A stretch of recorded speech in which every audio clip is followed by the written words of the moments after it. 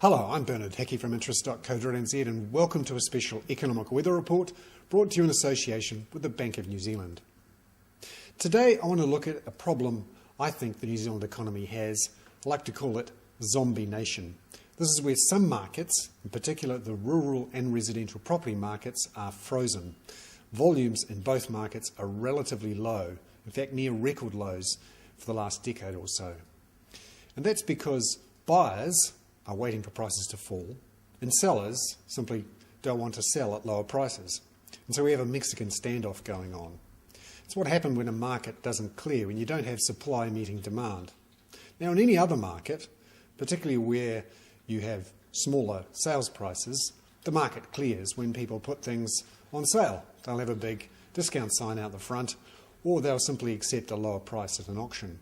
But that's not happening in the residential and the rural property markets, and that's restricting volumes going through. And it means that in many cases we have a state of stasis, a frozen state, which means that the economy can't really clear and get going again. Now there's a few reasons for this. Obviously we have a relatively low number of forced sales. Mortgagee sales are currently around about 5% of the total, and banks aren't forcing the issue for those people who have loans with the major banks, because the banks are in a relatively healthy state.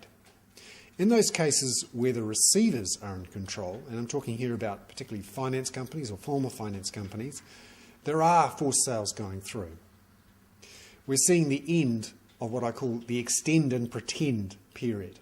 And I'm thinking here about the finance companies, and we all know their names: Strategic, St Lawrence, Hanover, even Allied Farmers, Dorchester, Geneva Finance, and even South Canterbury Finance, where those companies were given time, either by the government through the extended and original guarantee schemes, or through their debenture holders who voted in moratoriums.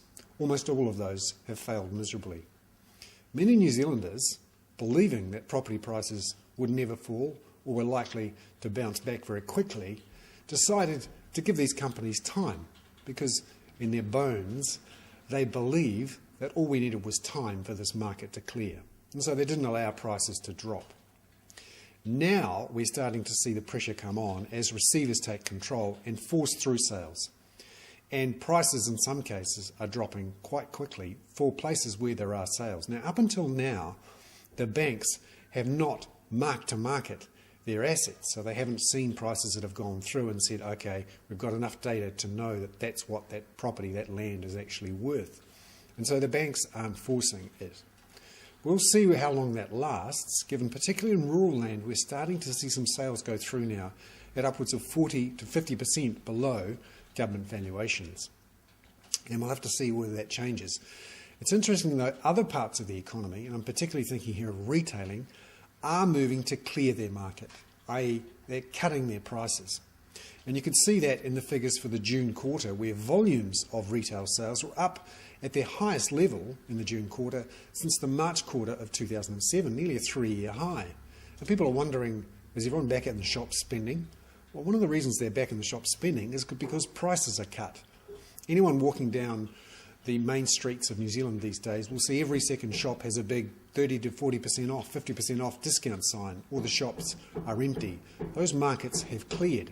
They're not in a zombie state. Yet from large parts of the economy, and people wondering, why is it just won't get going again? That's because we're still in a bit of a zombie state. The markets have not cleared. We're still in a period of extend and pretend. Eventually that will end, as it has done in the finance company and property development sectors. How long is it before the extend and pretend eventually ends in the residential property market? For those people who believe that house prices have further to fall, they're going to continue to hold back. Those people who believe that prices will bounce back will continue to hold off. So that Mexican standoff will continue until someone forces the issue. I'm Bernard Hickey.